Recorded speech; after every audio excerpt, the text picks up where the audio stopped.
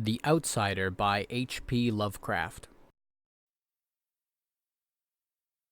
Unhappy is he to whom the memories of childhood bring only fear and sadness. Wretched is he to who looks back upon lone hours in vast and dismal chambers, with brown hangings and maddening rows of antique books, or upon odd watches in twilight groves of grotesque, gigantic, and vine-encumbered trees that silently wave twisted branches far aloft. Such a lot the gods gave to me, the dazed, the disappointed, the barren, the broken. And yet I am strangely content, and cling desperately to those sere memories, when my mind momentarily threatens to reach beyond to the other. I do not know where I was born, save that the castle was infinitely old and infinitely horrible, full of dark passages and having high ceilings where the eye could find only cobwebs and shadows. The stones in the crumbling corridors seemed always hideously damp, and there was an accursed smell everywhere, as of the piled-up corpses of dead generations. It was never light, so that I used to sometimes light candles and gaze steadily at them for relief. Nor was there any sun outdoors, since the terrible trees grew high above the topmost accessible tower. There was one black tower, which reached above the trees into the unknown outer sky, but that was partly ruined, and could not be ascended save by a well-nigh impossible climb up the sheer wall, stone by stone. I must have lived years in this place, but I cannot measure the time.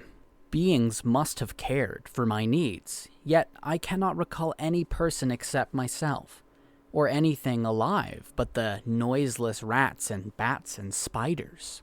I think that whoever nursed me must have been shockingly aged, since my first conception of a living being was that of something mockingly like myself, yet distorted, shriveled, and decaying like the castle. To me, there was nothing grotesque in the bones and skeletons that strode some of the stone crypts deep down among the foundations. I fantastically associated these things with everyday events, and thought them more natural than the colored pictures of living beings, which I found in many of the moldy books. From such books, I learned all that I know. No teacher urged me or guided me, and I do not recall hearing any human voice in all those years, not even my own, for although I had read of speech, I had never thought to try to speak aloud. My aspect was a matter equally unthought of, for there were no mirrors in the castle, and I merely regarded myself by instinct as akin to the youthful figures I saw drawn and painted in the books. I felt conscious of youth because I remembered so little. Outside, across the putrid moat and under the dark moot trees, I would often lie and dream for hours about what I read in the books, and would longingly picture myself amidst the gay crowds in the sunny world beyond the endless forest. Once I tried to escape from the forest, but as I went farther from the castle, the shade grew denser and the air more filled with brooding fear, so that I ran frantically back lest I lose my way in a labyrinth of nighted silence. So through endless twilights I dreamed and waited, though I knew not what I waited for. Then, in the shadowy solitude, my longing for light grew so frantic that I could rest no more, and I lifted entreating hands to the single black ruined tower that reached above the forest into the unknown outer sky. And at last I resolved to scale that tower, fall though I might, since it were better to glimpse the sky and perish than to live without ever beholding day. In the dank twilight, I climbed the worn and aged stone stairs till I reached the level where they ceased, and thereafter clung perilously to small footholds leading upward. Ghastly and terrible was that dead, stairless cylinder of rock, black, ruined and deserted, and sinister with startling bats whose wings made no noise. But more ghastly and terrible was the slowness of my progress, for climb as I might, the darkness overhead grew no thinner, and a new chill as of haunted and venerable mold assailed me. I shivered as I wondered why I did not reach the light, and would have looked down had I dared. I fancied that night had come suddenly upon me, and vainly groped with one free hand for a window embrasure, that I might peer out and above to try and judge the height that I had attained. All at once, after an infinity of awesome, sightless crawling up that concave and desperate precipice, I felt my head touch a solid thing, and I knew I must have gained the roof, or at least some kind of floor. In the darkness, I raised my free hand and tested the barrier, finding it stone and immovable. Then came a deadly circuit of the tower, clinging to whatever holds the slimy wall could give, till finally my testing hand found the barrier yielding, and I turned upward again, pushing the slab or door with my head, as I used both hands in my fearful ascent. There was no light revealed above, and as my hands went higher, I knew that my climb was for the nonce ended, since the slab was the trapdoor of an aperture leading to a level stone surface of greater circumference than the lower tower, no doubt the floor of some lofty and capacious observation chamber. I crawled through carefully, and tried to prevent the heavy slab from falling back into place, but failed in the latter attempt. As I lay, exhausted on the stone floor, I heard the eerie echoes of its fall, but hoped when necessary to pry it open again. Believing I was now at a prodigious height, far above the accursed branches of the wood, I dragged myself up from the floor and fumbled about for windows, that I might look for the first time upon the sky and the moon, and the stars of which I had read. But on every hand I was disappointed, since all that I found were vast shelves of marble, bearing odious oblong boxes of disturbing size. More and more I reflected, and wondered what hoary secrets might abide in this high apartment so many aeons cut off from the castle below. Then, unexpectedly, my hands came upon a doorway, where hung a portal of stone, rough with strange chiseling. Trying it, I found it locked, but with a supreme burst of strength, I overcame all obstacles and dragged it open inward. As I did so, there came to me the purest ecstasy I have ever known, for shining tranquility through an ornate grating of iron, and down a short stone passageway of steps that ascended from the newly found doorway was the radiant full moon, which I had never before seen save in dreams and vague visions I dared not call memories. Fancying now that I had attained the very pinnacle of the castle, I commenced to rush up the few steps beyond the door, but the sudden veiling of the moon by a cloud caused me to stumble, and I felt my way more slowly in the dark. It was still very dark when I reached the grating, which I tried carefully and found unlocked, but which I did not open for fear of falling from the amazing height to which I had climbed. The moon came out. Most demoniacal of all shocks is that of the abysmally unexpected and grotesquely unbelievable. Nothing I had before undergone could compare in terror with what I now saw, with the bizarre marvels that sight implied. The sight itself was as simple as it was stupefying, for it was merely this.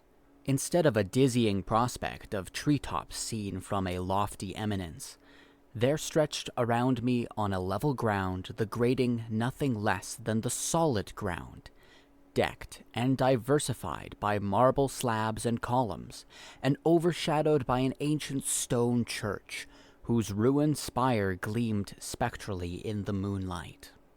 Half unconscious, I opened the grating and staggered out upon the white gravel path that stretched away in two directions. My mind, stunned and chaotic as it was, still held the frantic craving for light, and not even the fantastic wonder which had happened could stay my course. I neither knew nor cared whether my experience was insanity, dreaming, or magic, but was determined to gaze on brilliance and gaiety at all cost. I knew not who I was, or what my surroundings might be, though as I continued to stumble along, I became conscious of a kind of fearsome latent memory that made my progress not wholly fortuitous. I passed under an arc, out of that region of slabs and columns, and wandered through the open country, sometimes following the visible road, but sometimes leaving it curiously to tread across meadows where only occasional ruins bespoke the ancient presence of a forgotten road.